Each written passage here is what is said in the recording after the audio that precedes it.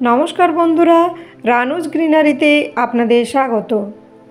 আজকের ভিডিওতে আপনাদের দেখাবো গন্ধরাজ গাছের প্রতিস্থাপন ও পরিচর্যা। আমি এখানে নিয়ে নিয়েছি 40% গার্ডেন সয়েল, 20% কোকোপিট, 20% গোবর সার, 10% বালি এবং 10% হাড় গুঁড়ো। তবে আপনারা দেখতেই পাচ্ছেন আমি এখানে হাড় গুঁড়োর পরিবর্তে ডিমের খোসার গুঁড়ো ব্যবহার করেছি এবং ফাঙ্গিসাইড হিসাবে 1 মুঠো হলুদ গুঁড়ো মাটির সাথে ব্যবহার করেছি। এছাড়াও 1 মুঠো ডিএপি এর সাথে ব্যবহার করেছি। এটি গাছের শিকড় বৃদ্ধিতে সহায়তা করবে। মিশ্রণগুলি ভালোভাবে মিশিয়ে নিয়ে 7 দিনের জন্য ছাদে বস্তায় ভরে রেখে দিয়েছি। নার্সারি থেকে গাছগুলি কেনার সময় কয়েকটি বিষয় ভালো করে খেয়াল করতে হবে। কি কি বিষয় দেখে আপনারা বুঝবেন গাছটি আপনার কেনার যোগ্য। গাছের পাতা দেখে গাছটি বুঝতে হবে গাছটি সুস্থ আছে কিনা।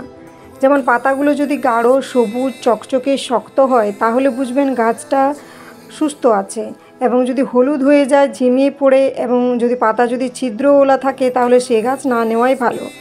গাছের গঠন, গাছটি যদি ছোটোখাটো হয় কিন্তু যদি গাছটি বেশ ঝাঁকড়া অনেকগুলো ডালপালা বেরিয়েছে সেই গাছ নেওয়া ভালো। যেমন গাছে পোকামাকড় বা রোগ আছে কি না সেটি ভালোভাবে খতিয়ে দেখা ভালো। গাছের গোড়া শক্ত ও সুগঠিত কিনা সেটিও দেখে নিতে হবে। চারা অনেক দিন ধরে গ্রো ব্যাগে আটকে থাকলে বাইরের দিকে শিকড় বের হয়ে যায় সেটিও খেয়াল করবেন। চারা যদি ফুল বা কুড়ি আসে তাহলে সেই গাছটি নেওয়া অবশ্যই ভালো, তাহলে বুঝবেন গাছটি সহজেই আপনার বাগানে বেড়ে উঠবে। গাছটি নার্সারি থেকে কিনে আনার 6-7 দিন পর গাছটি প্রতিস্থাপন করাই ভালো। পরবর্তী পদক্ষেপগুলি আমার আগের ভিডিওতে ভালোভাবে বর্ণনা করা আছে, ছোট করে তাও জানাচ্ছি। গাছটি গ্রো ব্যাগ থেকে সাবধানে বার করবেন। মাটির পাত্রে ছিদ্র আছে কিনা ভালোভাবে দেখে নেবেন।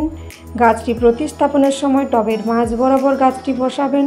মাটি চাপা দিয়ে হালকা হাতে চেপে দিয়ে ভালোভাবে জল দিয়ে 7 দিন ছায়াযুক্ত স্থানে রেখে দেবেন। 7 দিন পর একে হালকা রোদযুক্ত স্থানে নিয়ে আসবেন এবং মাটি শুকনো হলে তবেই গাছে জল দেবেন। 1 মাস পরে আপনারা দেখতে পাচ্ছেন গাছটি কতটা বড় হয়ে গেছে, এবং গাছটি বড় হওয়ার সাথে সাথে টবের চতুর্দিকে প্রচুর আগাছা হয়ে গেছে। আমি আগাছাগুলো পরিষ্কার করে দিয়ে মাটিটিকে ভালোভাবে খুঁড়ে নিচ্ছি। এতে আমি নিয়মিত কিচেন কম্পোস্টের তরল সার ব্যবহার করি। 1 মগ কিচেন কম্পোস্ট তরল সারের সঙ্গে 10 লিটার জল মিশিয়ে তবেই ব্যবহার করা যায়। এছাড়া আমি রোগ প্রতিরোধক হিসেবে সাবান জলের স্প্রে এবং নিম তেলের স্প্রে ব্যবহার করে থাকি। খেয়াল রাখবেন এ গাছ যেন নিয়মিত 5 থেকে 6 ঘন্টা সূর্যালোক পায়। আশা করি গন্ধরাজ গাছের পরিচর্যা বিষয়ে আপনাদের সমস্ত কিছুই ভালোভাবে বোঝাতে পেরেছি। এছাড়াও যদি আপনারা গাছটি লাগাতে গিয়ে কোনো অসুবিধায় পড়েন আমাকে অবশ্যই কমেন্টে জানাবেন। রানুজ গ্রিনারির পরবর্তী ভিডিওগুলি অবশ্যই লক্ষ্য রাখুন। আশা করি ভবিষ্যতে বাগান সম্পর্কিত আরও অনেক ভালো আইডিয়া আপনাদের দিতে পারবো।